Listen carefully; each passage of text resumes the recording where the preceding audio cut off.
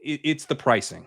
It's the pricing. Like I find it it's less likely that I'm sitting there with like, oh, I was going to take 5 running backs, but God, here I am, sitting at like 140 and Bashaw Tootin stare me in the face. So I'm gonna take him. Maybe if he fumbles again, that'll happen. But for now, we're not really seeing that. So I'm letting the prices kind of push me off of like what I used to think, like I would never have taken a third with an elite, but if you're going to like give me a big time price discount on where I think this guy's efficiently priced, then why wouldn't I do that? And then I can see how it would actually work and play out. It's not like a wasted pick.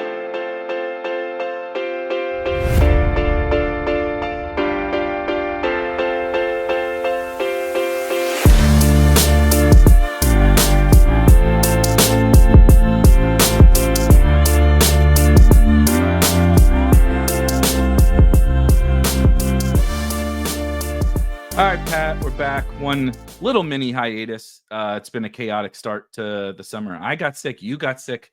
I had a birthday. We had a tornado. Your hair is all over the place. It's been better than it was a couple minutes ago. I'll tell you that. It's been a crazy couple of weeks, but I'm excited to dig in today to a topic that I particularly enjoy because we hear a ton, especially over the last several years, about a term that people would call roster construction in best ball, right? It comes from DFS, it comes from season long, and in best ball, how we put our rosters together. People often think about it as, right, okay, tell me how many quarterbacks to draft, tell me how many tight ends to draft, and that's certainly part of it.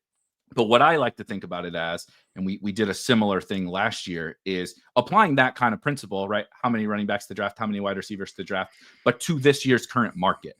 Right, like it changes. If you love Brock Bowers this year, like I think both of us do, if you love Trey McBride this year or George Kittle, how you want to construct a roster ideally on a decent chunk of your teams is very different than if you loved Brock Bowers last year in round 10, or you loved Sam Laporta a couple years ago in round 14, right? That how we put those things together are very, very different. And I think this year is maybe the strangest year at least for me, in drafts. I still feel like I'm figuring out exactly how I want to put together teams, because last year was pretty strange too. We're in 2 strange years. Yeah. Last year was strange, but in the way of like, okay, this wide receiver shit is just absolutely like out of control. And so it was all about navigating that. This year, we're kind of like in the middle of some of the old years and last year. And then we have it's a little off last year, but it's still pretty high. It's definitely still high. But also, like, to me, feels like a unique rookie class, like unique quarterback situation. We've been arguing about the Sam Howells and the Drake Mays and stuff for years, and we may not spend that much time on quarterbacks after Bryce Young or Geno. Yeah. There's guys though. I mean, we'll talk about it, but it is interesting. I just drafted a team that had Anthony Richardson and Aaron Rodgers on it, so it's not. Yeah, it's a Burrow team, and then I'm like, you need a darkness retreat now after drafting that team. They were both stacked, okay? Pittman and Freiermuth. Don't worry about it. Aaron Rodgers is not on the Steelers, okay? Technically, so also. Well, no, they're stacked because Freiermuth is doing a darkness retreat. He might be, if the Jonnu rumors are apparently true. Freiermuth might be heading out for a darkness retreat. It wasn't true. That was Jonnu said I'd like more money, and the Dolphins said, okay, well, we could send you to Pittsburgh and you can play with Arthur Smith again, and maybe they'll give you more money. Do you want that? And he said, no, it's okay. That's the. We don't have any more, right? We don't have any more. We spent it all, so you can either stay here or you can play go for Arthur Smith. Yeah, and he's no, thank you. That was the Dolphins being like Jonnu Smith's dad. We're like, oh, sure, yeah, go play for Arthur Smith. Then he's got a ton of money. That is definitely the 1990s parent that was like, fine, go get a job, go do, you want to, you want to feed yourself, you want to do, you think I'm such a bad dad, like go see what it's like, that was definitely, that's what they did. And Jonnu said, the reports out of Jonnu's camp was that his quote preference was to play for the Dolphins. His quote preference was to eat what was being served tonight and not Yes. make his own dinner. Yes. My preference was not to eat broccoli, but when the alternative was to go figure it out on my own, I definitely chose to eat that broccoli. But somehow this turned into Aaron Rodgers and Jonnu Smith and Pittsburgh Steelers. But nonetheless, I do think this is kind of a funky year, and I'm curious your thoughts. This we've talked about this a lot, and we did a similar show last year. But you just wrote a piece about kind of your draft plan, and I think those two things go hand in hand in terms of how we want to construct rosters, because of like what pockets of the draft do we like certain positions, what players are just like targets for us, and all that kind of stuff. So if you kind of wanted to kick off like a high level what you're thinking about this year, I think that'll get us going. Yeah, the most basic level, which I think if you're listening to this, you're past, is like, how many tight ends do I take? How many receivers do I take? Right. And then it's like, well, that depends on how much draft capital you spend at every position. And so then, right. But then there's the third level, which is kind of what I wrote about, where you're like, you're trying to build in an environment where, because the third level a couple years ago was, let's layer on all these structures that we know, like, here's just hyper fragile, here's what it looks like. Here's zero running back, here's what it looks like. Here's zero running back, here's what it looks like, right? But what the current pricing has done is made that harder to do. And so I'm in my draft plan, I was trying to think through like some of the structural elements that we know from those strategies. Is like, the dead zone was really about overdrafting a certain type of running back profile. Um, like going zero running backs, really about making sure you aren't passing up on elite wide receiver firepower in the name of running back scarcity. Like that. So there's like things there's lessons there, but then as the ADP gets scrambled, trying to like find where, like trying to reassemble like a coherent sort of structural strategy with the lessons of what we've learned from past structures in different ADP environments. And so, it gets a little more complicated, but basically the framework that I used is just, what can I get later? The simple framework, just the whole time, what can I get later? Well, how is this compared to what I have available in later rounds at this position?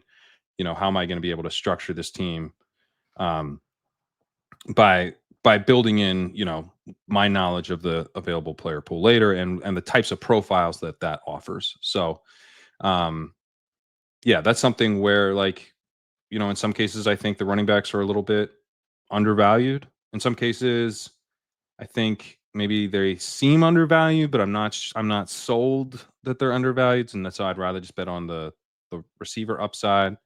But it's a really interesting year because, like, in round 5, you've got guys that are like underpriced veteran profiles at running back. You also have RJ Harvey, and you've got Travion Henderson going in the 5-6 turn area, maybe even the mid 6 sometimes, and then Judkins and Caleb Johnson kind of 6-7. So they're right next to guys like Pollard and Swift and James Conner and Montgomery are kind of all in that general range. So there's like, you can say running backs undervalued, but what does that even mean? Are you talking about like this incredible running back class, or are you talking about building in some of that running back volume, that projectable volume that maybe has gotten a little bit too underpriced now in a best ball setting? For a redraft setting, I don't think it has. For a redraft setting, give me the rookies, man. Give me the rookies. Give me wide receiver upside. But for best ball, we do know that, like, having Alvin Kamara, even though he didn't finish the season, like, that was still quite helpful because he was a straight up like mid-level RB1 all year. So how'd you get to Bucky? How did you bide your time for Bucky to come the premium through? chaperone? The premium chaperone. Yeah, the all pair. So I just went through my draft plan was just going round by round, talking about kind of positionally where my head is at in this ADP environment. But I do think that this will change. I'm going to write, I call it my early summer best ball draft plan. I'm going to do a late summer best ball draft plan. And I expect it to look pretty different because the late rounds will be pretty different. We'll have running backs that we now know are great picks. We're going to have guys in like round 13 that are maybe with round 15, 16 ADPs, but we're just like hammering them around 13, 14, like, get this guy on my team. The Jordan Mason from last year, the way we should have handled Kyron a couple years ago. So I think that will change things. That will actually make me like a little less interested in some of the running back bets if I feel like I think it depends how it all shakes out in the pricing, but that has the potential to make me feel like, hey, maybe, you know, I actually am gonna attack running back with volume a little bit more. But I know who those people are. I don't know who the people are right now, so it's hard to attack with volume. I love that because of like how you framed it in the, you know, I'm a big proponent, and this is not some novel concept, but the back to front drafting, Yeah. and that has been, Which I know in the piece. I mean, all this stuff's like old as hell. Like back to yeah, front drafting, arbitrage. It's all old concepts. we just, yeah, it's all the same Yeah. things that we kind of keep bringing to Yeah. and revitalize, right? We're like renovating them a little bit, right? They're Yeah. the same We're thing, but how to, sprucing them up. yeah, exactly. It was a beautiful home in the 80s, but it needs a little modern amenities. But I genuinely do think that, like, and you hit on it as well in the piece, where like there are certain times where, you know, the arbitrage idea is great in theory, but you also still, you know, like you can't arbitrage everything. You know what I mean? Right. Like if you can't arbitrage your way out of a good team. You know what I mean? It's like you can Yeah. have all the best picks later, but if you didn't construct the team in totality to where it all fit, all right, like the Bucky things, like you could have 50% Bucky last year and still like not advance very many teams because it took time to get Bucky there. And it's like, cool, you identified like one of the best picks on the entire board. Bucky's such a good example because he really was like almost like to a comical degree. Like he will come on at the very end of the season and just be the guy you need. But he wasn't really. It wasn't like he was zeros until then, but he wasn't an advance rate monster, right? Like we didn't talk for multiple months about Bucky being like, holy shit, what a smash, right? It was like interesting. It was like this interesting thing. He like you said, he wasn't taking zeros, but you weren't like, oh, you were pretty. God. We were pretty like we were getting the like. It wasn't. I'm gonna want Bucky. I'm gonna want Bucky. You started to see it because you were like very quickly. Everyone could see like when Rashad White would get a series and then Bucky would get a series. You're like, oh, okay, I think we all see what's going on here. But it wasn't like, holy shit, Kyren Williams just had 100 yards and 2 touchdowns in week 1 and he's the starter. And oh my God, you know, like Puka gets 20 targets in week 1. Like it wasn't that kind of thing where we were just like, the price was so wrong immediately. You know, who cares? Yeah. So the back to front like drafting thing for me is that is generally how I try to come into this concept. And the running back part of it, I think, is so fascinating because specific to underdog, let's just use underdog, but I think it kind of applies generally across all of best ball, is people will say with all this, you know, the last 3 years of wide receiver ADP movement have created value, right? Like you said, air quotes value. What does that mean? Is RJ Harvey the value or is Alvin Kamara the value? Those are wildly different concepts, but it does create running back air quotes value, I think. But when running back as a whole, as a position is undervalued, and on underdog being half PPR, running backs are more valuable, generally speaking, from just a point scoring perspective, right? The receptions of a wide receiver and tight end cannot offset the touchdowns and yardage as much from a running back. So, like, what does that mean? People be like, well, we got to get these stud running backs. And like the stud running backs do get a boost, but all running backs get a boost in this scenario, right? It's not only the fact that Joe Mixon is undervalued, right? Like Tyler Algier is undervalued, and some form of Cowboys running back is undervalued. Probably some Jaguars running back is undervalued. There's just like undervalued running backs littered across the board. And so the back to front drafting thing for me is still where I lean into, not necessarily zero running back, but like the best picks are generally these running backs in the mid to late rounds, because as we move on, their undervaluedness or whatever like pops even more than the undervaluedness of the early running backs. Although that's a mistake I made last year where I was like thinking that, you know, okay, you know, you can get Josh Jacobs in the 4th or 5th. You can get James Cook in the 5th. You can get Kenneth Walker, the 5-6. Connor was more like 6. I guess he moved up, but he for a while he was like 6-7. Yeah. Connor was actually one I was into. Connor would have been part of my case of like, well, I'm going to wait. I'm going to wait, and I'm going to take Connor. Right. I'm going to see Kamara and pass on him. I'm going to take Jalen Warren. I'm going to take some of these. Who are some of the other guys in kind of that range? But that's where I was living. I was living in like that 8-9 Warren, range. Najee, Swift. Yeah, I took some Najee. I took Kind of a lot of the same names. Yes, a lot of the same names. Yeah. Brian Robinson was a guy I was taking a lot of. I would wait and take Dowdle, or maybe not wait, but Dowdle would be a big part of the mix for me. So I was like, I don't need to take these running back. The thing about taking a Kamara, well, maybe not. Again, Kamara is just passing on at good prices. But if I'm taking like Josh Jacobs, I'm giving up too much at receiver. So I'm going to beat those teams. They think they're getting the running back values, but they're actually too thin at receiver, and I'm going to beat them with my round 5 receiver or they're my round 4 receiver, and then still get underpriced running back production. But the problem was that receiver pricing had gone so out of control that like the cliff had come and gone. Right. I wasn't actually. I should have.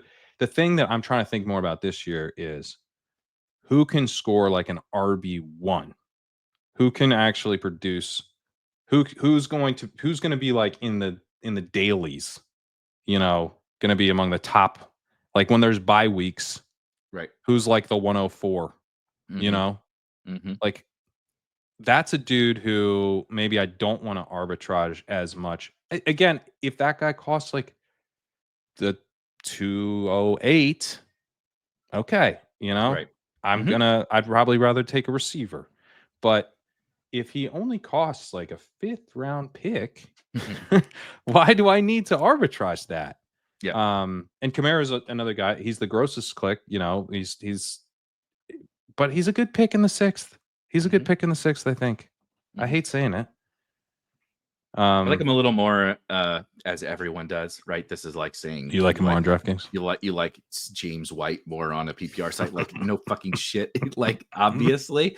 But I do have some like he scored really well in half PPR last year. I know he did, but there was buoyed a lot by the kind of early, like you said, early season stuff that I'm very concerned about.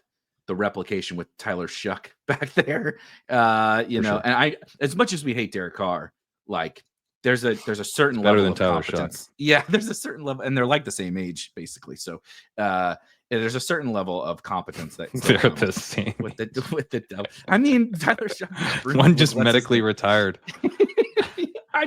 Shuck probably came close to medically retiring. In probably not. He's one injury away from medically retiring. The Saints, apparently, that's a big thing. Olave's probably one away as well, the whole Saints organization. But I totally agree with you. I think that's it's like I started to take my medicine on that last year. Like I got overweight Joe Mixon last year. But it was like I had tunnel vision for the Mixon part of it. And didn't apply the same principle you just outlined well enough, like across the board. Like I took my medicine on, like historically, right? I would have been like James Conner, Najee. I know Najee like wasn't great or anything like that, but like James Conner, Najee, Brian Robinson, like these are boring ass names. I'm gonna chase the sexy, young, upside, we haven't seen it yet type guys. And I was like, no, if this running back whole pocket is like the thing, I'm gonna sprinkle it around. And I started to come to, but with moving that, right, like you said, I don't have to always arbitrage Joe Mixon. I can just fucking take Joe Mixon, because the 5th round wide receiver is like, what am I even getting as a 5th round wide receiver last year? I feel a little bit like that this year, not quite so much, but I am mixing and matching my running back stuff more. But the priority for me from a roster construction perspective is still early wide receiver. That could be Bijan. I could take Bijan. I could take Gibbs. I could take JT. I could take whatever. I can still take that guy, but the priority still is just remembering that, like, the later you're gonna get into the double-digit rounds and you're gonna like the running back better. Like it's just gonna happen. So just keeping that in mind is still like a big pillar of how I'm putting my teams together. I completely agree. I do just want to like underline that this is my best ball draft plan. And I think one of the things that, like as we keep doing this, redraft and best ball should become like more and more separate, especially when we're talking about like tournament best ball. You got to win these massive prizes. You got to win the single elimination weeks. Like we're going to get better at this game over time, and it will divorce itself more and more from how we play redraft. One of the things that I really am starting to believe is like, in redraft, you're hunting for the dudes that you can start every week. And I think like taking more risk at running back really makes more sense there, because you can find guys on waivers, you can piece it together, and like when you find a guy, that's your guy. You're going to be starting him, and you're going up against someone who picked their starter too. So like there's, you start more receivers, you start fewer running backs generally.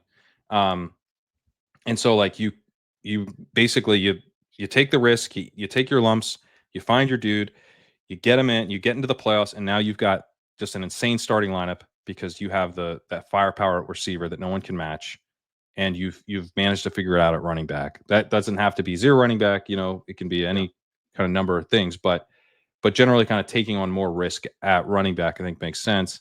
And then some of these profiles that provide you sort of steady production are just less valuable because your roster isn't locked all season.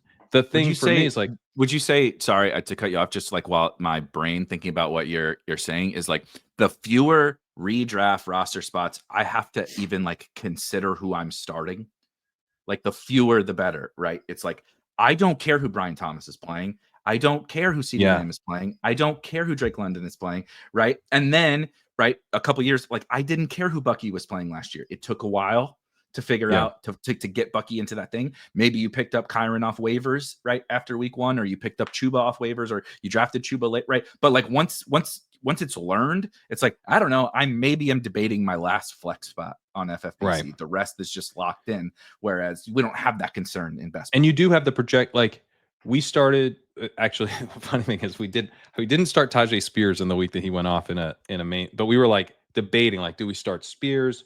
Do we start Javonte? There's like that projectable element. And unfortunately we started Javonte. But but we got close to starting Spears in his spike week. It's not like as much of a guessing game. It's still somewhat of a, you're not going to start sit stuff, drive people crazy. You put the wrong guy in all the time. It's not as easy as like, oh, just start the right running backs every week. But there is that element where it's not like totally random when running back scoring happens. We can see like, oh, this guy's out. Like Zach Charbonnet, you're going to know which weeks to start him in redraft. And, having him as like this premium upside piece on a redraft roster is like one of your, like Zach Charbonnet is your RB1 on a redraft roster. Cool. Like let's go. That sounds fun to me. Like we can, did I push it a little too far? Maybe, but like I bet I can make that team work even in this environment. In best ball, giving up those points on a roster that locks is gonna, it's like, why? What? You're not probably gaining enough to make that happen. The thing that I've pushed back on in the past is like when this argument was, and therefore you should take Mike Davis, the new starter, we think maybe probably for the Falcons, who stinks, has never done anything, is super fragile. So take him in the 5th round because you need starting points. Take Alexander Madison, a career backup who's not efficient, but he's on the Vikings and he'll just score like Dalvin Cook used to. Don't worry about it. Like those types of guys in like the 5th or 6th round, like I just am. That is not what I'm arguing for. But I'm arguing for guys who, I'm trying to be more open-minded to the Joe Mixons of the world, where it's like, I don't know, man, this guy was an RB10 in points per game last year, and he's got Woody Marks, who's, I think, pretty bad competing with him. And honestly, not just pretty bad, but like clearly a 3rd down back. You blow on him and he falls over. Like he's not taking Joe Mixon's rushing job. He's just not. No one else on that team looks like a realistic candidate to do that. So Joe Mixon stays healthy. Does Joe Mixon bury me in the 5th round by staying healthy? Like he might. That's all it takes. Like then why not? Why am I gonna fade him then? Why not just be like, all right, Joe Mixon is a good pick in the 5th round, I guess. I wish he wasn't going here because I don't like taking Joe Mixon. We don't have to like it. You don't have to fucking like it. It just, the truth can be the truth. Yeah. Like, Yeah. I feel like I was always like, because I don't like this, Yeah. we were just like rejecting it, right? Like putting the fucking blinders on and just being Yeah. like because this last year and this year's version of Joe Mixon historically was like a second round pick in fantasy. And so it was just like, no, come on. Like, I get, I get it. Like he's going to probably, like you said, he's going to be a top 10, top 15 running back. Cool. But I don't need to spend the second round pick on that. But now we're talking in the 5th round. I already got 3 superstar wide receivers and Trey McBride on my team. Yeah. It's like, you did the thing. You got the wide receiver firepower. You got the edge at tight end. Did you? Because that's one of the things that am struggling with this year and trying to be a little bit more open-minded about in this environment is that maybe you didn't get the wide receiver firepower where you got some, like let's say you took what draft slot do I want to be on? Let's say you're out of like the 3 and you get Justin Jefferson and then you take Trey McBride and then you take Rashee Rice. Right. Okay. One of my favorite starts. Yeah, it's a fun start. Then in the 4th round,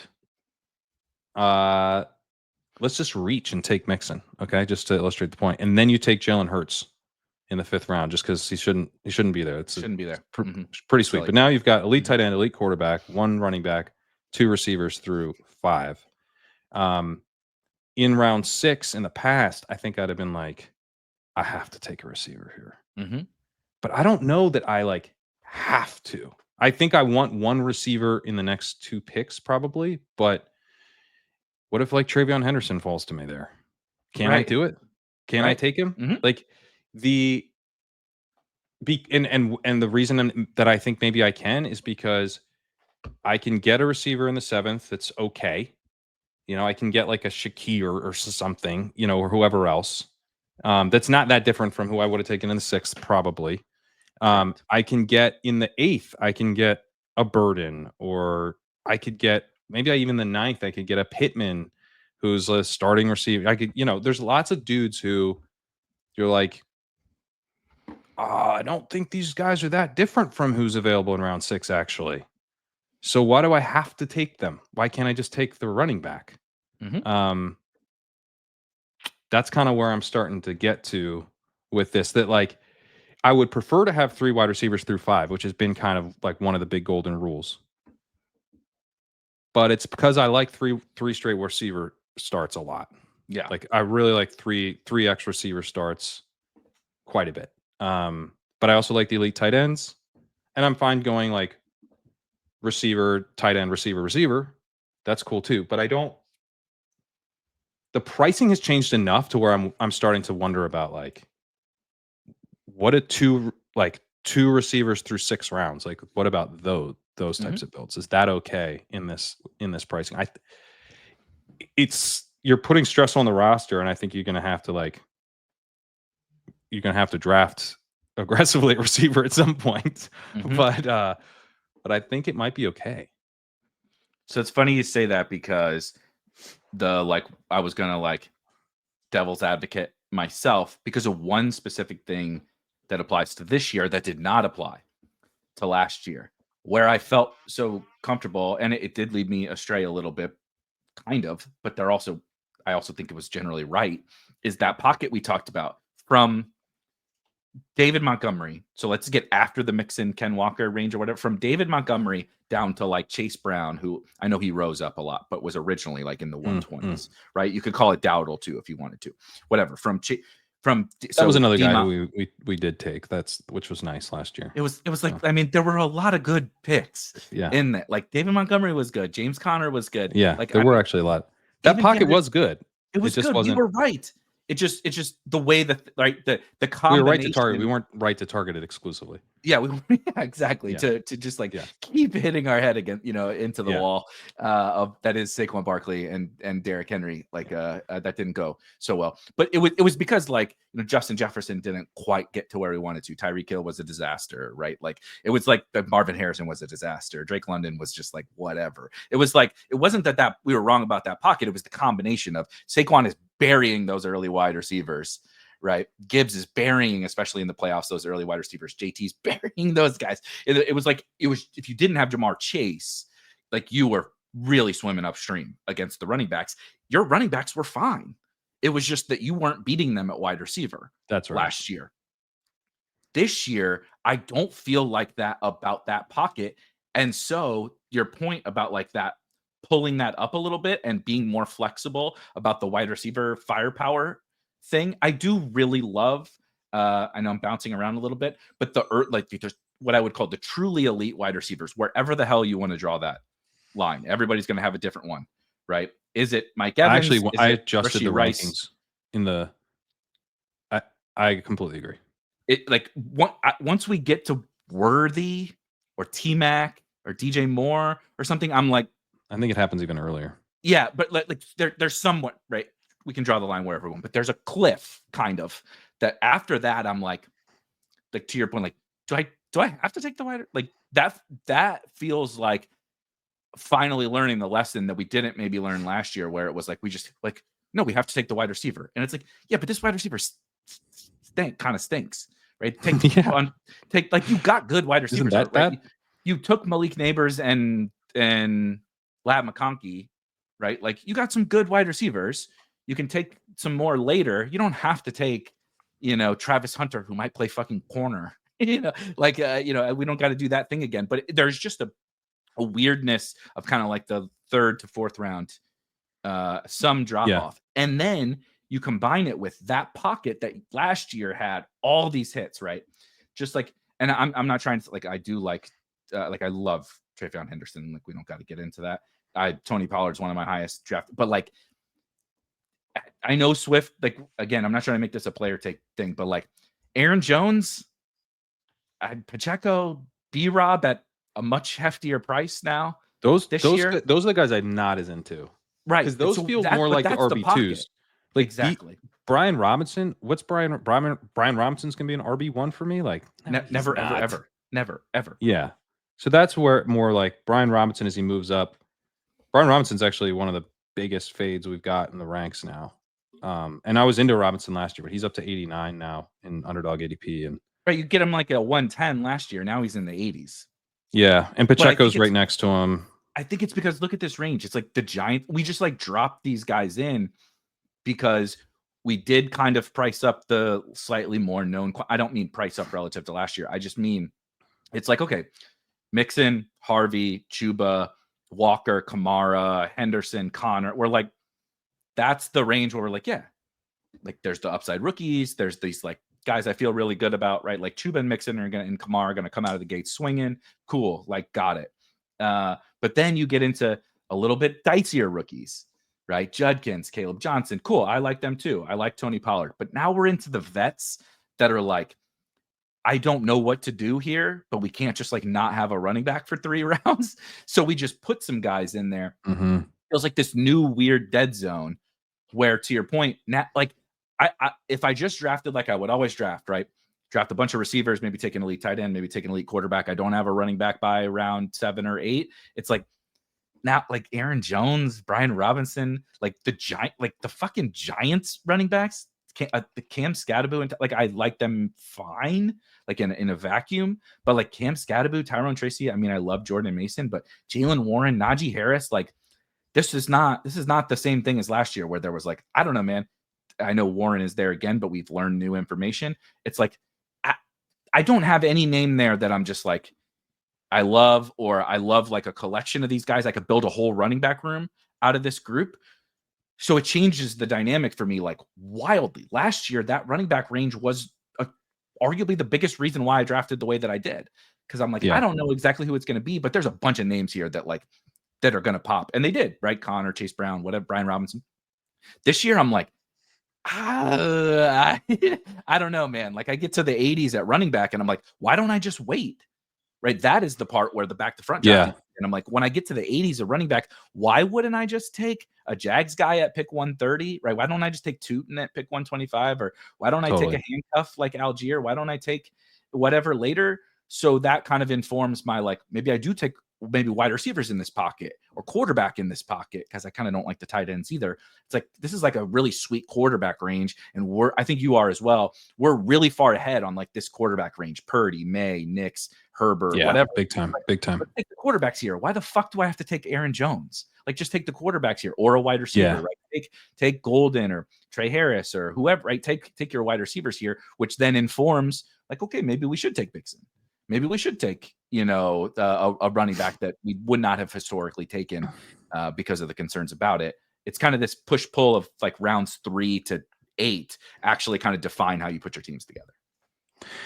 Yeah, and I think, if you just think about, because you said you can wait at running back, which is true, but, you're going to need some running backs before those late rounds. So it's like, when do you want to take them? And if you look at like 2v2s, like think about Kenneth Walker, who's got an ADP of 58, or Chuba Hubbard. Take your preference there. Pretty similar, in certain ways.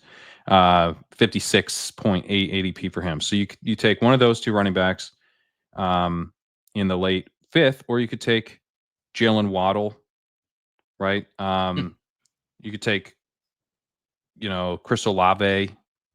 You could take let's just say that Walker and it is on one side and Waddle's on the other of the 2v2. And then you go down and you say on the Walker side, you get Josh Downs, who goes pick 90. And then on the Waddle side, you get Isaiah Pacheco or Brian Robinson. So you're telling me that Isaiah Pacheco and Jalen Waddle is going to outscore Kenneth Walker and Josh Downs? Like, I think I want the Walker downside of that 2v2 every time. Like, that's where I'm like, what have I gained at receiver by like, staying on track or staying ahead of the Avalanche? Like, what if the Avalanche happened already and we're like under the snow? Like, this, I'm going to stay ahead by taking the 4th Jalen round Waddle. Got buried by the Avalanche. It's over. You're out of it. It was like the number 4 option on his team last year. It's shining in the 5th round. There is no more Avalanche, right? The snow has melted in the 5th round. So I don't know. I mean, it's not just Mixon. It's not just Kamara. You do have Walker. You do have Chuba. You do have Connor. You have these guys that are cheap enough where you can put them in 6 running back rooms.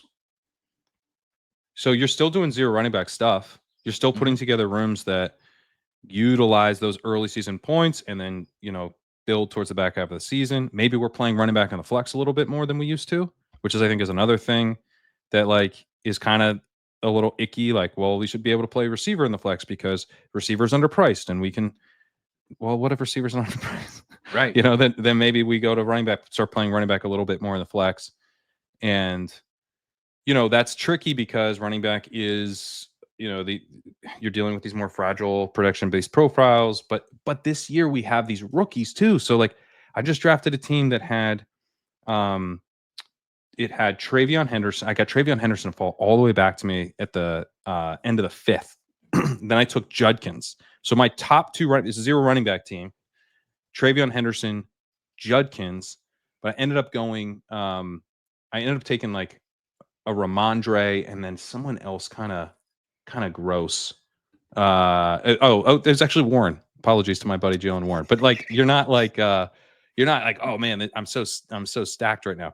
But then I did another Warren team for that same manner, and it feels so funny because last year I know he's upside, and this year I'm like, I could just use like some of that Jalen Warren, like those 9 points in week 2, yeah, whatever. And then I did a similar one because I was back to back out of the one hole this morning, and I did I took Judkins again, but then I got Swift, so I reached on Swift and I had him. And then I did I took Charbonnet and someone else pretty chaperone with him. And so I'm like, yeah, I'm building in these rooms that are betting on some of the more fragile profiles at various prices: a Pollard and a Swift at the expensive end, a Ramondre and ETN, a Warren, unfortunately, is kind of a fragile, probably more early season tilted profile now. You could do a Tracy. You could do a Pacheco, although I think he's maybe a bit overpriced now, but whatever. But you could do that stuff, and then you're pairing it with some of these upside profiles, but the upside profiles in some cases are your first running backs. Like you can start with Henderson Judkins. You can start with Harvey Henderson. You're flipping it. You're flipping it. So I'm paying a premium for, well, this is interesting, for the most important thing, actually. So yeah, it makes sense why that's now costing me a premium relative to what we used to do, but it's probably appropriate. It's probably appropriate given what we need. Maybe even underpriced still. Yeah. Because week 17, man. So I'm paying a premium for that, but then I'm backfilling it with some grosser stuff. This isn't to say that I don't take any of the running backs like early. I do, but I'm more thinking about, my site's named after an article in which I talk about which early round running backs I want to draft. The early guys have not usually been a huge problem for me mentally. It's being more open minded to some of these mid round guys that have some real warts. And but I think they're cheap enough of now. Legendary, kind of the antithesis of Legendary upside, right? We know, like, you don't even have to blink, and you're like, yeah, he doesn't have it, right? On to the next. But that doesn't mean that they can't have utility on our teams, given the pricing that we have now. Exactly. So, yeah, I'm trying to think through that kind of 2v2 game and understand, like, exactly where the wide receiver, like, it can't be arbitrary. It can't be like, well, it's the third round, so I should take a receiver. Right. Even though I do think it's a good time to take a receiver right now. Right. But I think I genuinely did a lot of that in last year, in many past seasons, where I was just like, this is what you're supposed to, like you said, drew arbitrary lines in the sand, as opposed to like being really fluid. That's what I'm excited about this year, more so than any, because I am still going to kind of generally be underweight early running back, but I'm going to draft most of the early running backs. I'm just going to like figure out how to fit them all into my portfolio, right, and fit them onto the right kind of teams. And as opposed to last year's being like, nope, got a wide receiver, right? Like, this is just what we do. You have to do this. I'm not doing that so much. I am still drafting with some of these principles because I think that they're good for the current market. I think they're good for just like how best ball fundamentally works, right? In the fact that I can't pick anyone up, and I'm trying to, like, contingent value is just like the most important thing, chaos and contingent value. That's good for like the way that we generally like to draft, but mixing and matching it a little bit more, especially because of these market dynamics we've had, like mix in some, like Gibbs is kind of my favorite one. He's also the cheapest out of all the, like, I can move Gibbs. I'm like, I don't know, man. Like, the guy on the Lions who's a superstar, David Montgomery's getting older and got hurt, and the Lions defense is going to be back better now. Like, who knows? Like, Aaron, not Aaron Glenn, but Ben Johnson is gone. Well, Aaron Glenn's gone too, but Ben Johnson is gone. Like, who knows? Right? Right? I can picture this with Jahmyr Gibbs, but Bijan, etc. Like, all these guys. Like, I have drafted Jonathan Taylor. Last year, I fucking just second round Jonathan Taylor. What are you talking about? I'm not doing that. Yeah. Right? Like, I've drafted these guys. And so I think a couple of weeks ago, I think I mentioned, like, we did a show and I had literally just minutes before drafted Josh Jacobs. And I'm like, that is just so not how I would like to build things. But I want to construct some of these teams where I'm like, I don't know, with Josh Jacobs, I have 2 fucking superstar wide receivers already. It's like why does the 5th round, right? Why does the 5th round, or why does the 8th round have to be the time when I start to dip my toes in? Like, I can mix and match these things a little bit more. And you can build better Josh Jacobs teams than most Josh Jacobs. Better and different Josh Jacobs teams than anyone else is going to build. So, yeah, I think that kind of sums up a little bit of what I will say, just to kind of close the running, specifically the running back thing. I still just straight up think, given what we talked about with, like, once you get to kind of the 80s, it's like a wasteland of running backs. Like, it's different. Yeah. We will get maybe forever the uncertain backfields, like the Jaguars, like the Cowboys, like the whoever, pick your poison, and the contingent value bets, right? Tyler Algier, Ray Davis, whatever, Will Shipley. We'll get these guys where Charbonnet, just like always underpriced. And so to the point, I would fall into the trap before of I'm being drafting like, Rashad White now. right. Like it's like I don't know, man. Bet. Yeah, if Bucky goes down, like we don't have to like it, but Rashad White's gonna score fantasy points, dude. And Yeah. Bucky's 180 pounds. But I don't think the market may ever, at least not in the near future, be able to appropriately price contingent value specifically at the running back position. And so the trap I would fall into before was like, here's these 10 running backs that are all underpriced after pick 100. And right, these are all the best picks. So just take all the best picks. And it's like, yeah, but like you drafted 7 dudes who all need an injury to like score points. Yeah. You got to be able to like, how do you get when Tyler Algier is playing in week 17 without Bijan Robinson? How do you get to week 17 with him? Like you might need Joe Mixon or you might need Josh Jacobs or whatever on that team. And so I think this year there's a little bit more of that. I also think the market just sets up a little bit better for it too. Yeah, I agree. I think to the early round discussion, when I'm thinking like what can I get later, part of the middle round stuff, and this is probably what makes me the most nervous, honestly, about taking these middle round running backs, is that I'm actually starting to think like they're probably better picks in the early round running backs, given what isn't available later at receiver. Right. So at receiver, like, you can get one of these unbelievable talents at receiver. I mean, Nico Collins is going at the 1-2 turn. This dude is a superstar. He's a clear number one receiver on his team. Mm-hmm. He was easily the number one receiver on his team last year with a healthy Tank Dell, who became the number 3 behind Diggs. He was still the dude. Nico Collins was a smash. Mm-hmm. And he's getting pushed down now to the 1-2 turn. I mean, it's like this is a player. I'm not saying he should like go here necessarily, right? But it's a player who, like, if we just like scrambled up a bunch of seasons and then you're like, in one of these seasons, Nico Collins going at like the 103 or the 104, I'd be like, cool, yeah, makes sense. Mm-hmm. He's really good, so you get him. And it's like, okay, you can take him or, a Devon Achane or a Henry or even a McCaffrey.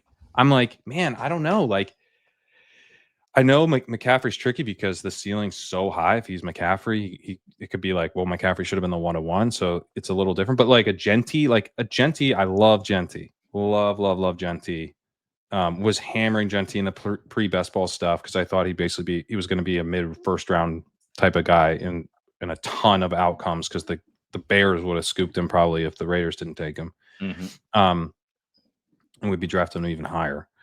But man, like, you're telling me that like I get Genty and then I have to go figure out receiver in the 4th round, but you get Neighbors or Puka or Amon-Ra or Nico, and then you're pairing that with Breece. You're pairing that with Amari and Hampton. Yeah, we haven't even mentioned Breece. Yeah. So that's where I'm like, I want that 2v2, man. Give me that receiver and Breece. And then, you're taking like Genty and I mean, DJ Moore, maybe a Devontae Smith. Who I really like Devontae Smith, but he's good. You can also acknowledge what he is. Or right? Worthy. Genty Worthy versus like Puka Breece. Right. I'm taking Puka Breece, man. Right. Jamison Williams. Right. You're taking those guys in the 4th. I'm taking Genty Jamo versus Puka Breece. Yeah, come on. Holy shit. Give me Puka Breece and Puka were both literally 1st round picks last season. So like we know that like that's just crazy. Yeah, that's there is no real path for Jamo. Even if you say Evans, even if you want to do Evans, Genty Evans versus Puka Breece. Yeah. Give me Puka Breece. What are we doing? I think it's one of the most I think Breece Hall is an absolute smash. Yeah. But you could do this with other guys in the Isaiah Davis is going to touch the field, don't you know? Oh, no. So Breece can't be a smash in the 4th round. They're going to Aaron Glenn wants to play all three of those running backs. How could Breece ever get there? Yeah. So I don't know. I mean, that's the, you could do it in the 5th with like an RJ Harvey. You could do like it's like, do you want like Calvin Ridley, right? One of these 1st round running backs in Calvin Ridley, or one of the first round receiver, like the CeeDee Lamb and an RJ Harvey versus, you know, Bijan and Calvin Ridley. Like, I know that one's maybe a little tougher for regular season stuff, but like at the end of the season, you're flipping over cards and you're showing me teams, week 17 teams. Here's a team that got through. Do you want the team that has Bijan Ridley or the team that has CD RJ Harvey? And you know it's in the final. I know which one I'm taking, man. I don't think it's close. I think that RJ Harvey has a path to become something somewhat in the stratosphere of what Bijan Robinson is. And yeah, the Cortland Suttons of the world. Like, I'm sorry. Yeah. There is no CeeDee Lamb in this range of outcomes for Cortland Sutton. Like, it just that right. Like Calvin Ridley, like they're fine little expensive chap. They're fine. They're wonderful au pairs. Okay, they do a great job. They're just not going to be glowing recommendation. CeeDee Lamb. Yeah, 100%. You go to their, I don't know what I was like, I don't know what the Rover. It's it can be word of mouth. Depends. Yeah, Depends I don't know what the Rover equivalent is for au pairs. But they got 5 stars, right? You're stunmonster.com looking up over. Yeah, like their LinkedIn profile. Excellent. LinkedIn, but I bet there's some au pairs on LinkedIn. Of course. But like there's just no scenario. And so, yeah, I think that's one of the defining parts about the season and why this conversation about the Harveys and the Mixons and the Chubas and the Ken Walkers and the Camaras and stuff is so important from this lens of roster construction. Is as much as we've loved early wide receiver for years, I just don't remember something like this. Like the depth of elite superstar at the top of wide receiver is, and then like nothing. Like, done. Yeah. Dude, done. When AJ Brown or I guess Ladd goes after it. And like, look, I like T. Higgins. I like Garrett Wilson. Those are good football players. But like AJ Brown is one of the best wide receivers on planet Earth.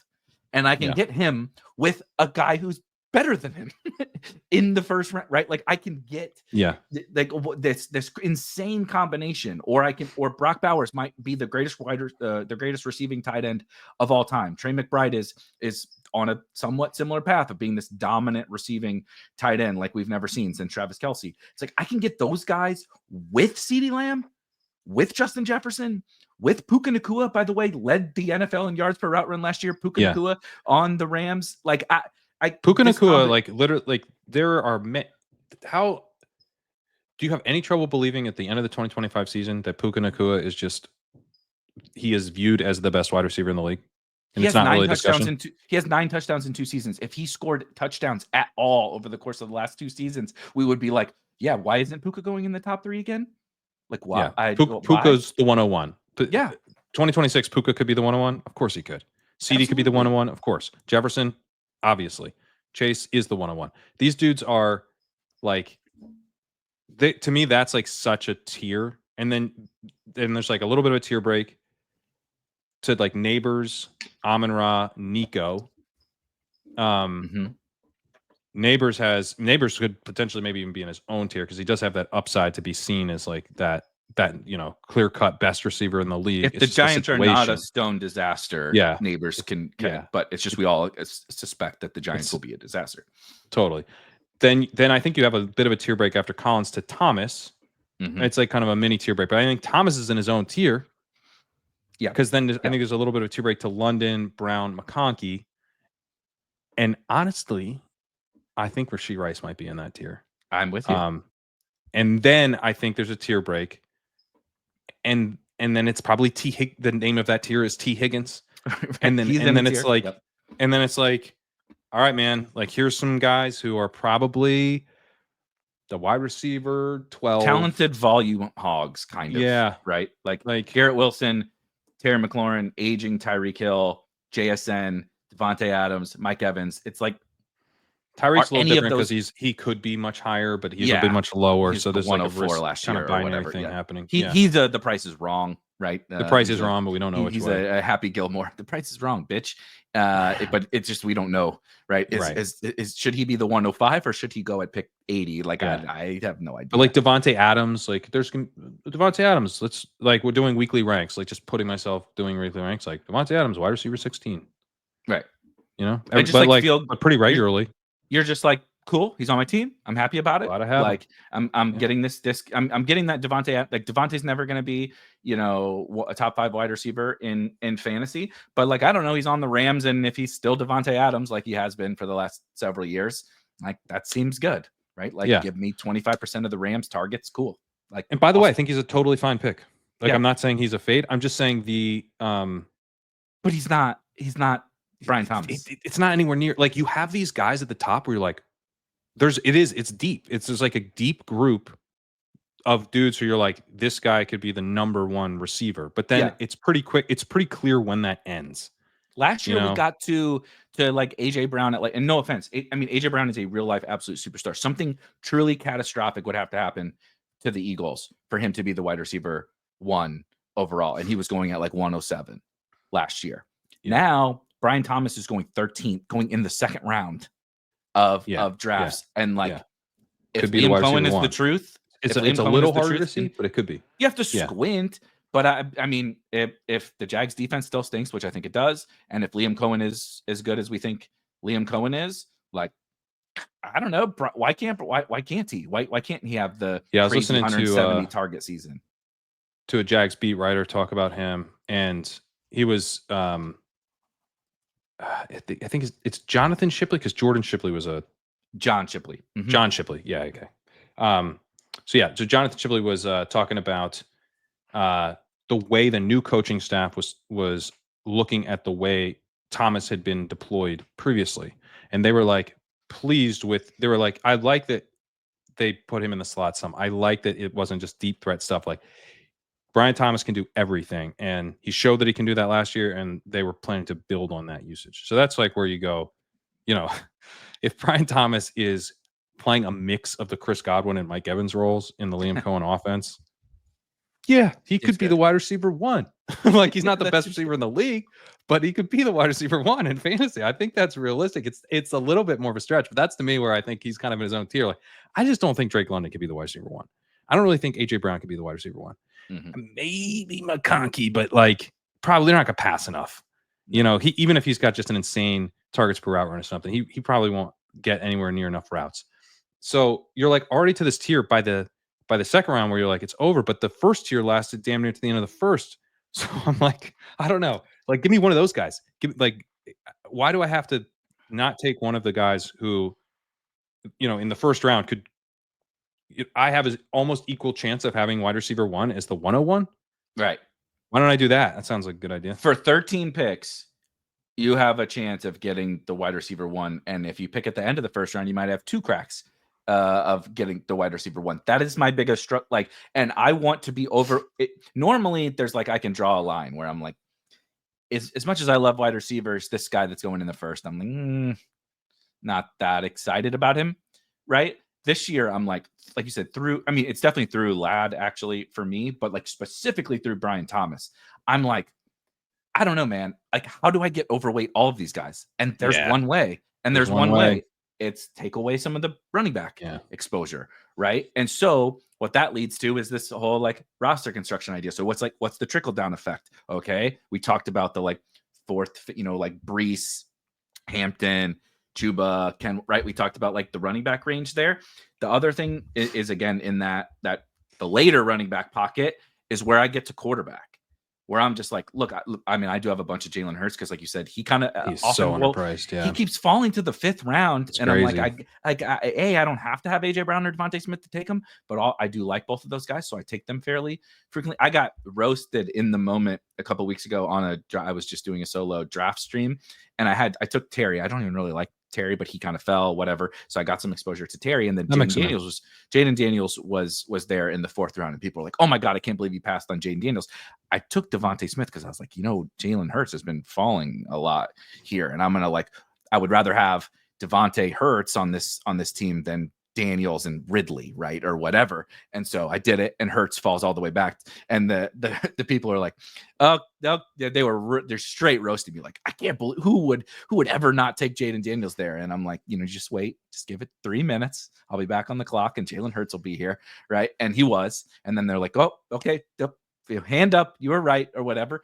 So Hurts is kind of an exception, but that tier, the way the quarterbacks drop in, where like I don't really like tight end, I don't really like running back, wide receivers, whatever. Right. Like I like Downs, I like Trey Harris, I like Jaden Higgins, I like some of the guys fine, but I'm not like, out over my skis for any of those guys in that range. It's like quarterback falls in there to this beautiful, like just double tap quarterback from pick 80 to pick 120, and you get two fucking studs, like absolute studs. You could set up a million different stacks with, you can get Ladd, you can get London, you can get you can get Diggs if you want to stack May, you can back stack May, you can take Ladd and get Herbert, you can take Trey Harris and get Trey. Like there's just so many awesome ways to get quarterback in that range that like when we're talking about a draft plan, I kind of like always go in. It's right. You got CD. It's like, well, Dak goes in that range. Like I got so many guys I can mix through at quarterback. Like I said, from like Baker to Herbert or May or whatever. Yeah, no, I completely agree. That range is just awesome. And I think, people kind of like the profiles are kind of similar. So I don't really care about reaching within the range, but you don't need to reach before the range, because like I'll kind of push if I have like a guy like a Baker, right? Or I've got Purdy double stacked. I'm like, I could reach and secure that here. I'm like, no, I'm just going to push into the range, and I will end up with a couple guys that I like. Because you can also do Trevor Lawrence and backstack him. Love Lawrence. You can do Drake May and backstack him. I was gonna mention May. Of course, I like May. I got May in like the 90s, brother. Like I'm in. We are on. We are team. Yeah. We are agreeing too much. The May stuff's a lot more fun this year. Last year, I was like, just like, who's with me? Yeah. I was like, no, I'm not with you.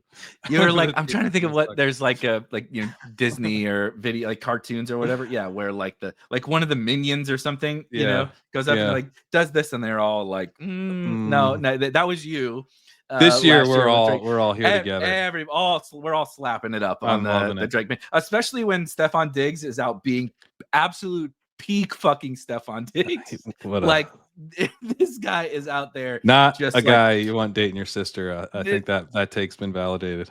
For anybody that hasn't seen that, I won't go into it. Everyone who's watching, that's 100% of people watching this have also watched that video. I think the video of the Vikings locker room where they went around. So that's talking about the boat video. Yes, him doing coke on the boat with a bunch of girls is hilarious. But also, people are like, "Oh, are they going to cut Stephon Diggs?" I'm like, they cannot. Have you seen their wide receiver room? You don't go into the Stephon Diggs business not knowing what you're getting yourself into. It's like going into the Tyreek Hill business or going into the right. It's like you signed up for this, man. Like he's gonna be Stephon Diggs, so you can't cut him when he acts like Stephon Diggs, right? And they have it is what it is. Stephon Diggs is gonna be a Patriot. But if you haven't seen it, this is even better than the recent video that we just saw when he was on the Vikings. The NFL teams do these silly, like the reporters go in the locker room, ask the players like silly questions, like about each other, right? Like, who's the best cook and, who's the best basketball player and all that different stuff. They asked in the Vikings locker room, which player would you least like to date your sister? Right? Would you least be excited about dating your sister?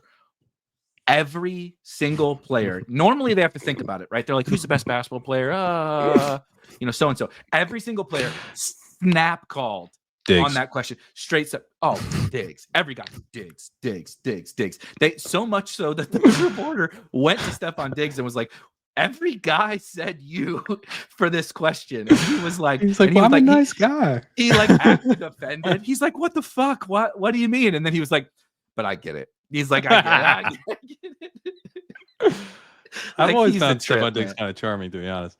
But he's not fake. He's not like a bad guy. He's not, he's not Tyreek Hill or whatever. It's different, right? Yeah. There's like the diva profiles come in different flavors. I've always kind of found him to be. Randy Moss was a diva, right? But I liked Randy Moss. Randy Moss was one of my favorite football players ever. He paid a fine, and they asked him I was paying it, and he said straight cash, homie. That's hilarious. I'm gonna wear it next week. I have a Randy Moss shirt that says straight cash, homie. That's just a funny and cool thing to say. It's so awesome. I mean, maybe it's kind of a dick thing to say, but also it's a hilarious thing to say. So I'm in.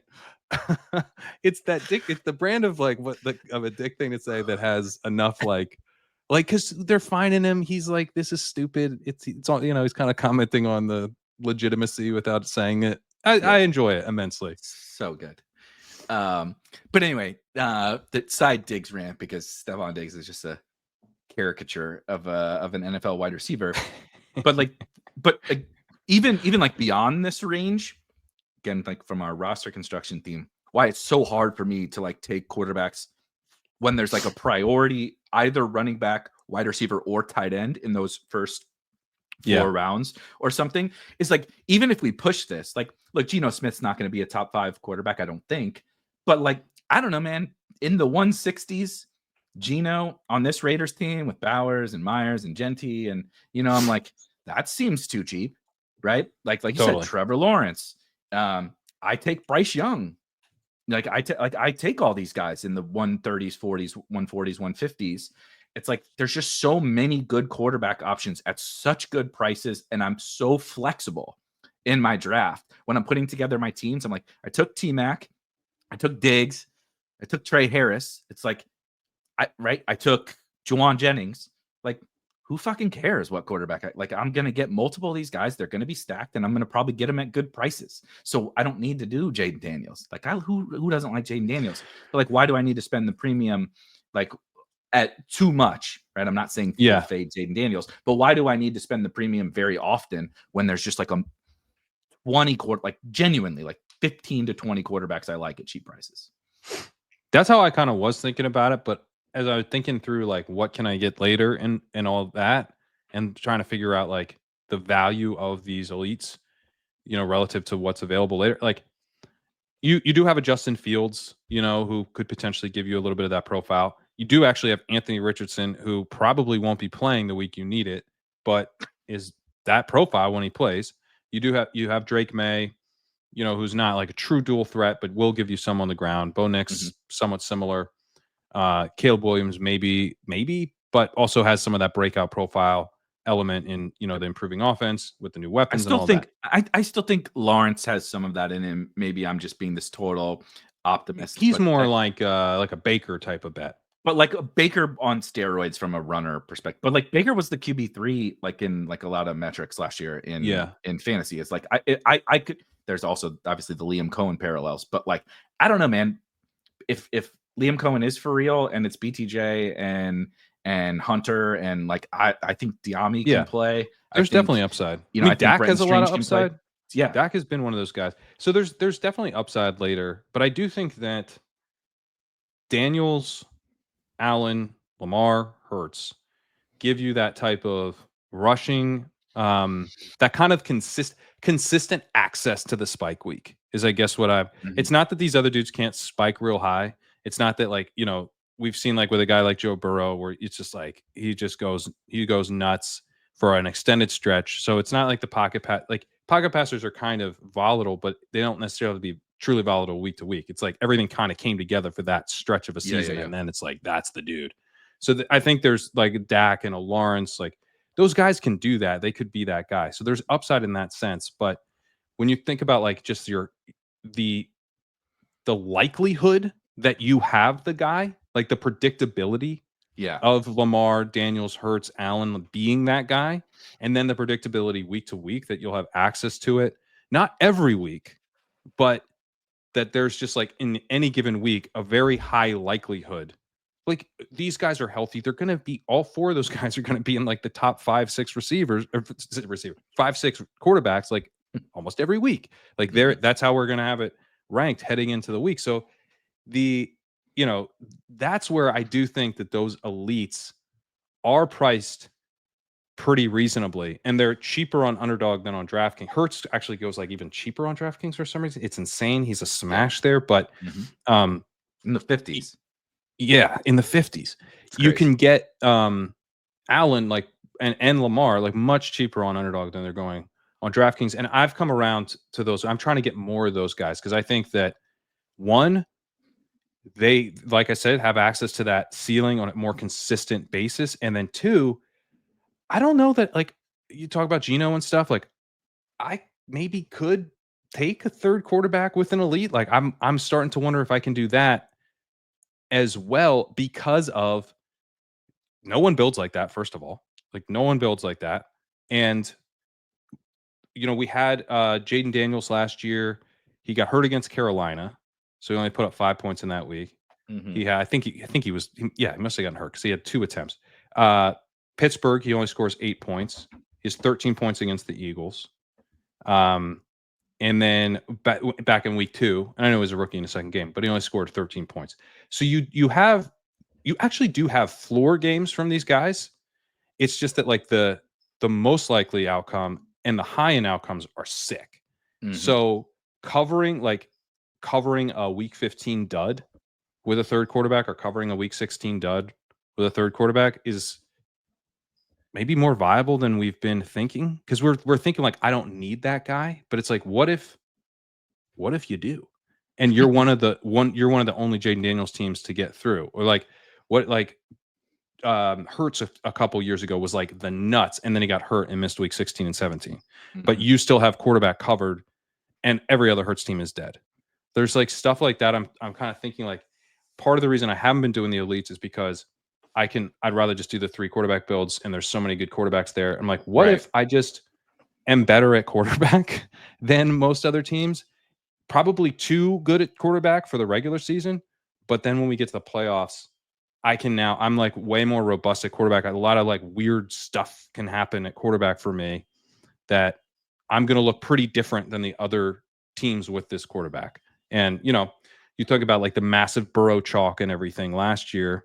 Yeah. That's not such a bad thing. Like, you happen to have the guy who got everyone to the playoffs. You have more outs than they do to separate. I struggle so much with that, and I know we've gone back and forth on a lot, so we don't got to rehash the quarterback thing. But it's not even just because of quarterback. It's specifically because I don't like to spend too many roster spots, not just like draft capital. There's 2 different things, right? Spending draft capital on a position is one thing. Spending a certain amount of roster spots on a position, especially on underdog when we only have 18, like spending 6 roster spots on the onesies, right, which would be quarterback and tight end. I know tight end can technically fill the flex, but if fucking Cade Otton is hitting my flex several times, my team is probably just not very good. So I don't like to treat them. It is a luxury that they could possibly fill the flex, right? It is not something I'm factoring into their onesie positions. In 18 rounds, especially, it's really tough for me to get to 6 of them. And if I don't get Bowers, McBride, or Kittle, I'm generally taking 3 tight ends on that team. And so then it's like, Jesus, now I'm taking 6, and I'm taking, if I do 3 quarterback and I'm doing 3 tight end, that's 33% of my roster for 2 starting lineup spots, theoretically, that I'm building in there, right? So now I've put a lot of pressure on the hits that all my running backs and wide receivers need to be, but not just like hits overall. They also then need to be consistent hits in those playoff weeks, because I only got 12, right? I only got 12 to fill 5 spots, right? I got to fill 2 running backs, 6 spots, 12 to 2 running backs, 3 wide receivers, and a flex, and I got 12 dudes. So it's like, man, that layering aspect becomes really difficult when you're like, I got to start half these guys, and not just like start them. They got to have big games, right? Because we're talking about one out of, just using Best Ball Mania, I got to finish first out of 16 in week 15, first out of 16 in week 16, and then first out of 500 people in week 17. And I only got 12 dudes to do it. That it's just like that delicate balance. And so I've been leaning still more into, I have done a bunch of 3 tight ends, but I know you and I've talked about, like, I'm trying to draft a higher quantity of running backs. So I'm willing to maybe forego a little bit of the wide receiver volume. I'm doing it with receiver too. Yeah. Today I built 2 3-6-6-3s.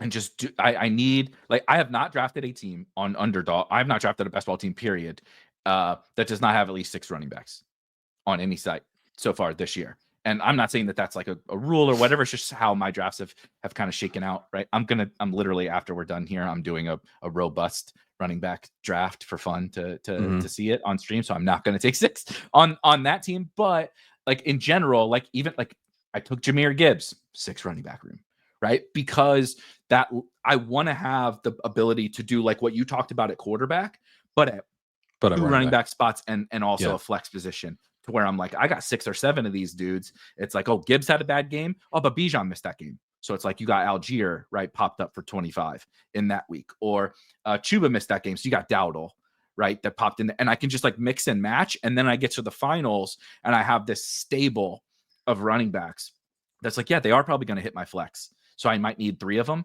So I'm going to need more than 5 of these dudes to play there. And like something's just got to give. And a lot of the times it's quarterback for me. I'm not saying that's right. I'm just saying that's how I'm kind of putting things together. I totally get what you're saying. I think the thing for me, like, I don't want to have my elites always be like 3 quarterback teams. That's not what I'm saying. But I guess I'm trying to not use the 3rd quarterback thing or the prices that I like later at quarterback to then say, well, like, I shouldn't take these early quarterbacks, because I'm not actually, when I'm doing that, I'm not actually saying that I think I can get profiles like these later or even close to them. I can't. I know I can't. These guys are a different type of bet, a quarterback that isn't Lamar available did not later. have a dud last year. Yeah. Lamar had 4. What we differentiate between spike weeks and nuclear weeks. It's basically like is there a standard deviation or 2 standard deviations above what the like usable, top 12 score would be. So 17 usable weeks, 0 duds, meaning he never finished below like that threshold. Half the games, 8 times, he spiked. So he was like adding a bunch of points to your lineup. And then 4 of those, he went like totally nuclear. Lamar Jackson was just like absolutely unbelievable last year from a points per game added perspective. Yeah. He added 8 points to your lineup per game. Lamar did. Second in that metric is Baker at 5. It's just like absolutely, sorry, Allen is at 6, but Allen added 6 points. Lamar added 8. There's like hardly even that many that added points to your lineup. That dude added 8 per game. Lamar did. And they threw the ball 480 times. They didn't even throw. Yeah. It's crazy. No, and I don't want to get, I've been kind of more like elite tight ends, which I want to get to. I got to go in like 10 minutes, but I want to just got to hit try to squeeze that in quickly. But I've been more on elite tight end, and the discourse has become a little bit like elite tight end versus elite quarterback. And I don't want to. Elite quarterback also good. I think this is kind of what I'm just like. I don't want to get like, boxed into a strategy because it's sort of like pitted against a strategy I like slightly better. Like I like both. I think I've like on further reflection, I like both.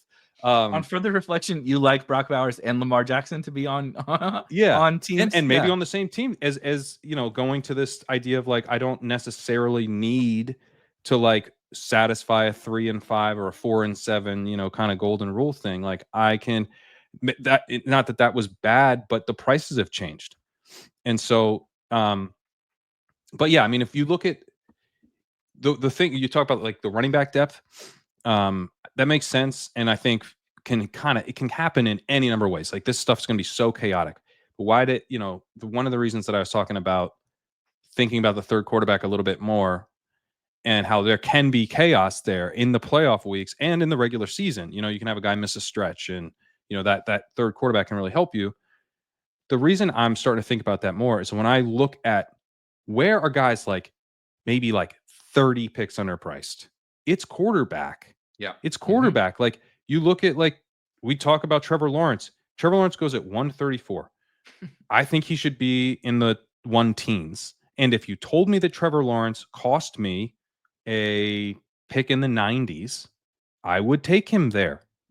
I would just take him there because he's like, that's okay. That's what Trevor Lawrence costs. And when I have Brian Thomas, I'll take, I will have less, but like, I'll take some Trevor Lawrence, kind of like how I treat Baker Mayfield, who I think is overpriced. Or Bo Nix was kind of going in the early 90s. I thought he was a little overpriced. He's dropped a little, but I don't take Bo Nix quite as often because he's one of the more expensive guys in the group, but I'll take him. I don't take Goff so much because he does go in the 1 teens. And to me, it's like, he's the same as Trevor Lawrence, but like, I'll take him some. So, you've got guys, you get down to Trevor Lawrence, Dak Prescott has moved up. He was in that same range. But he should have always been, he's in the 1 teens now. Yeah. He should have been in the 1 teens the whole time, but there's only so many quarterbacks. And so it's like, there's enough quarterbacks where I think if we were just like setting salaries for these guys, there's enough quarterbacks who should all get like a salary equivalent to an ADP of around pick 100. Yeah. That some of them get pushed down to like pick 130, pick 140. And then in your given draft, they might be a faller where you're getting a guy in the 150s And it's like, all right, man, fine. I'll do it. I'm taking a third. It's just it's the pricing. It's the pricing. Like, I find it's less likely that I'm sitting there with like, oh, I was going to take 5 running backs, but God, here I am, sitting at like 140, and Bayshaw Tootin stare me in the face. So I'm gonna take him. Maybe if he fumbles again, that'll happen. But for now, we're not really seeing that. So I'm I'm more I'm letting the prices kind of push me off of like what I used to think. Like, I would never have taken a third with an elite, but if you're gonna like give me a big time price discount on where I think this guy's efficiently priced, then why wouldn't I do that? And then I can see how it would actually work and play out. It's not like a wasted pick. And this is, again, like with the pricing is changing every year, and so the rules of thumb don't really account for like, hey, should you take a third quarterback on this team when you've already spent this much? Probably not. But what if a guy's going 50 picks after where you think he should have gone? Right. And you have it stacked. Now should you take a third quarterback? Right. Like, oh yeah, probably, yeah. Actually, you would be it might be like crazy not to. Yeah. That's kind of where I'm trying to get the best picks together on the same team, and like all this roster construction stuff like kind of goes out the window. Like if you're just like you said, if I think this guy is generally like a pick 100 player and you're giving him to me at pick 155, it's like, look, I know I got Lamar and Lawrence on this team already, but like, what the hell, man? Like, this doesn't make any. And like you said, I got him. He fits the team, right? I didn't just take this random one-off quarterback, because that is a trap. It's easy to fall into. You're like, Jared Goff fell 14 picks past ADP. I don't have a fucking lion, but I can't pass. And it's like, actually, you're not helping your especially team. if there's other guys available later. There's Right. some times where a falling unstacked guy, again, I am kind of coming, but I'm talking more in the Geno Smith range. Exactly. Because he's like, an awesome I pick. need a quarterback, and then this guy did fall, and it's like, I'll figure it out, right? Dante Thornton or whatever, come on, like, come Trey on down. Tucker, whatever. But I agree on the quarterback thing. We never really mentioned. I just want to shout him out because I'm about to move him up today. Brock Purdy.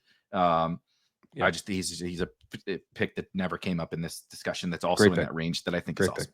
There's so many good picks in that range. Quickly polished tight end. Okay, I don't know I'll go real quick. Take Brock Bowers. Take Trey McBride. Take George Kittle. Log off.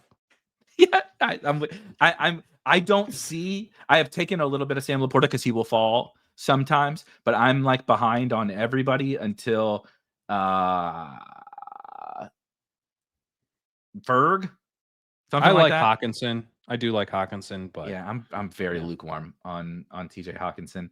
But I think tight end is actually like the easiest one, so it's probably good that we left it for like a 30-second clip at the end, because I think the 3 elite guys at the top all fucking rock. They're all awesome. They could all define this best ball season.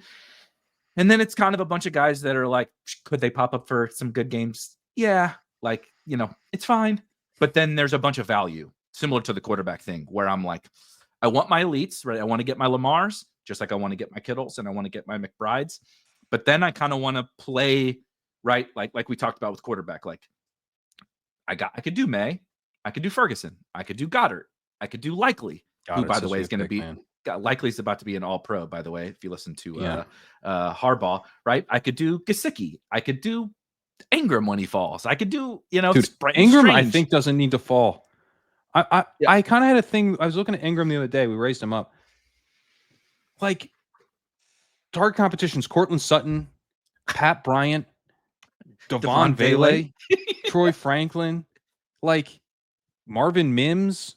Marvin Mims might lose snaps to RJ Harvey. I mean, the Joker stuff. Evan Ingram might be their Joker. Like, I don't even know what a Joker is at this point, but like, John Payton doesn't know what he's. I don't think anyone knows. It just sounds cool.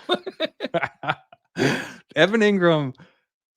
We know he can earn targets underneath. We know Bo Nix likes to throw short and he's accurate.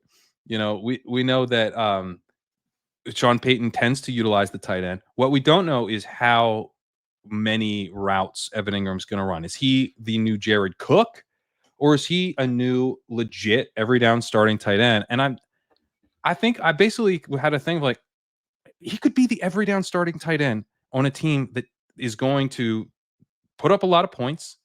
a pretty stable situation, good coaching, good enough quarterback play, great offensive line, and no one where you're like, well, this guy could become like a 30% target dominant guy, and Evan Ingram can't get targets. Like, no, he'll get his targets. It's just how many routes does he run? So wide range of outcomes a little bit, but it's not so wide. Like Evan Ingram, it's not like they're gonna like bring back Greg Dulcich and put him in. Like he's gonna have a role. It's just that he might have a role kind of equivalent to a guy you wish you took more in like the 120s or the 130s, and you took him at, the 1 teens or something. But I think he could have a role. I think his role could be better than Sam Laporta's.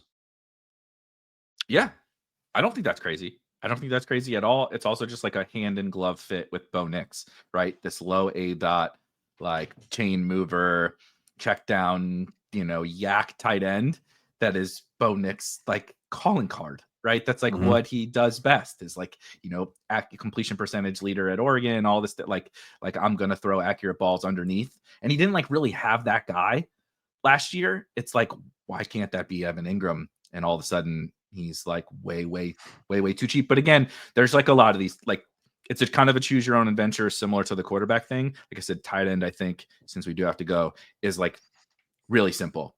I'm prioritizing those 3 superstars because they are superstars and in truly incredible spots. And then it's like, I'm not saying don't draft Sam Laporta. I'm not saying don't draft these other guys, but those are kind of not big priorities to me. And it fits this roster construction thing, right? Like those other tight ends go in that quarterback window. They go in, maybe where we're taking the Downs or the Trey Harris or the Jaden Higgins or whatever. And then we can double back to, okay, now the quarterbacks are off the board. Now the wide receiver is fucking terrible, right? We get to pick 140, 150. Like, shit, there ain't a wide receiver that I like clicking. Well, guess what? Now we got the tight ends, right? Dallas Goedert, pick 150. Like, yeah, dude, sign me up. Jake Ferguson, pick 145. Sign me up for all of that. It's a good point. It's like right after the quarterback window is like the tight end window, and it's rich, man. There's a lot of good stuff there. I mean, Dalton Kincaid, I don't like, but I'll take him there. Ferguson, I think, is a good pick. If something happens to where the Bills just have to throw a lot more this year and Kincaid gets out there, he had Rich Rebar just posted, I think yesterday, he had a 30% target share on when he was on the field running routes. It's just that he only runs like 60% of the routes and doesn't run blocks. So he's not out there ever. Right. But who knows, right? Tyler Warren, by the way, finally, it's taken a while, but like we're basically at ADP on him now. We're a little behind still, but I'm still behind. He was we're about 5 picks behind. He was I just can't take him in front of Likely and Goddard, and like I just can't do it. I agree, but he's getting closer to the range where he's actually draftable now. And he'll fall sometimes. Like go to like DraftKings or something, you get backed into a Warren Richardson stack or something, it'll work over there. Brenton Strange, I still think is pretty well priced. There's a lot of guys, and then that goes all the way through like Hunter Henry, Freiermuth. I'm not buying this, John. I literally do. As much as we were joking around with the dad stuff, that is exactly what happened to this man. Yes, Freiermuth's the starting tight end for the Steelers. That's how I'm playing it. Yeah. So there's lots of. I'm trying to take my tight end, especially on underdog. I'm trying to be done at tight end. Maybe not done, but like I don't want to need any of these tight ends like a Mason Taylor or Chigga Okonkwo or Jatavion Sanders. I think they're okay picks, but I would like to have them feel kind of luxury picks rather than me being like, all right, Jatavion Sanders, I'm gonna need you this year. It's just I don't know, man. It feels kind of thin. Theo Johnson is an acceptable pick. And then I like playing on DraftKings where I can get Harold Fannin exposure. 100%. Harold Fannin, if you like one of the Rams guys, right? Either Ferguson takes over for Higbee or Higbee just holds off Ferguson all year. Yeah.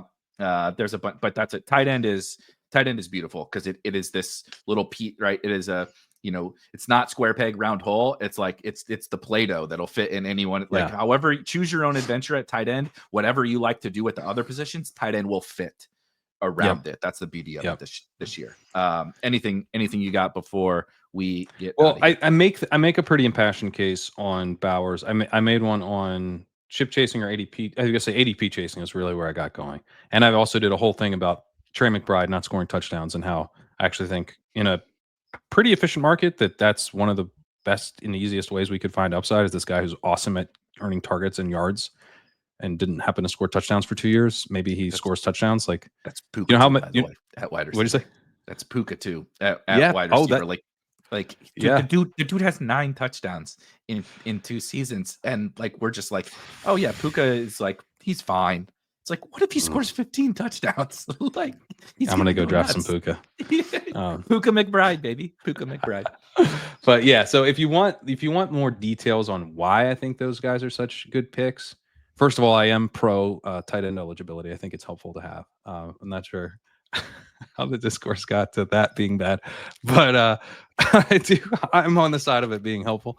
And then I would also say that the Bowers and McBride profiles are really strong. You can check more of that out in the article. I dove deep on both. And I think all of that section is above the paywall because I didn't have a paywall kicking, I think, till round 3. So if you want the Bowers and McBride thoughts, check it out. Legendary Upside.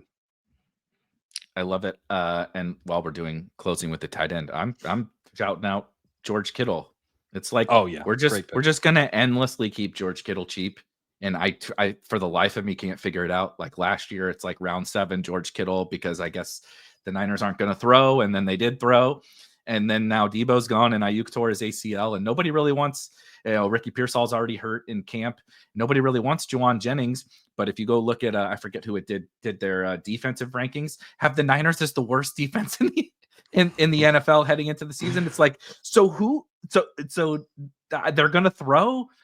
Who is it going to exactly when it's not going to be George Kittle? Because it just was George Kittle last year. And we're like, that's he's fine. Such a smash, man. He's a 5th round pick. Who cares, right? Nobody cares about He's George. a 4th round pick on Underdog, on DraftKings, and he's a 5th on. It's funny because on DraftKings you can go get Hurts just like relentlessly. You just get him in the 5th, and then on Underdog it's Kittle. You just can take Kittle, but Kittle actually goes slightly earlier on DraftKings. But in either case, I'm just like the early 5th for me is like it's a lot of Kittle and a lot of Hurts right now, man.